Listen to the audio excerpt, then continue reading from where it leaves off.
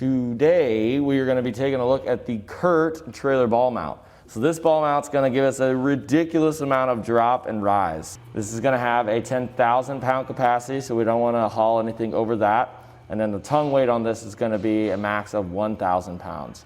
So we do want to kind of set up our system to fit whatever trailer we're doing. So this falls within the bounds. There are a couple other things we're going to have to get. One, a ball. So look on your coupler, make sure whatever size your coupler is, you grab the right ball for it. So this one's 2 5/16. If your coupler says 2 5/16, you're good to go.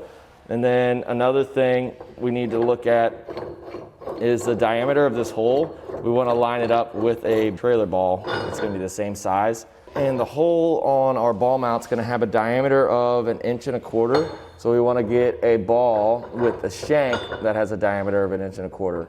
We don't really want a whole lot of play in there, so this is the right size. Anything bigger, it's not going to fit. Anything smaller, there's going to be way too much play in there.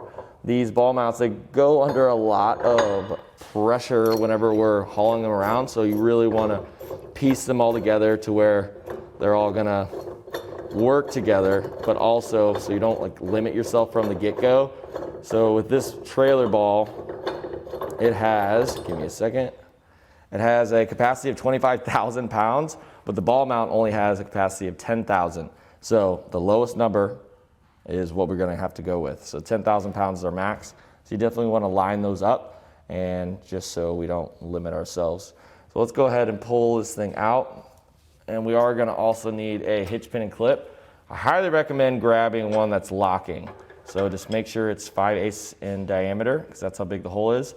Because if you don't get a locking one, someone can literally just pull that and then it's not your ball mount anymore. We like to think that people are not going to steal your stuff, but there's a reason why we make locks. So another thing that I would suggest doing when you're already going to be grabbing a hitch pin and clip, grab a locking one, but also that's kind of annoying. I mow a lot of grass in the summer, so the windows are down, and that noise is not fun to hear. So with this one, it has a hollow shank.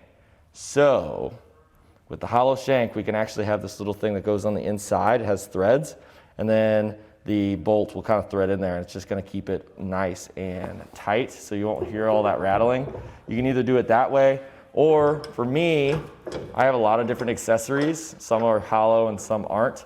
There's another anti-rattle device that kind of clamps around here and push pressure down, and that's also going to help with all of that. So you have two different options there, and that's all you're going to need to complete your setup. At the end of the day, when it comes to ball mounts, you just want to pair it up with the right stuff, but then you just want to make sure that the rise and drop is going to be right for you. If this is a little too much of a drop, but you like this ball mount, you can get a ball like this. This one gives us a 2-inch rise just with the ball. So you're not stuck with the rise and drop of the ball mount if you go with a ball like this. So just know you do have a lot of different options, so you can really customize your setup so you're hauling perfectly level and keeping everybody nice and safe.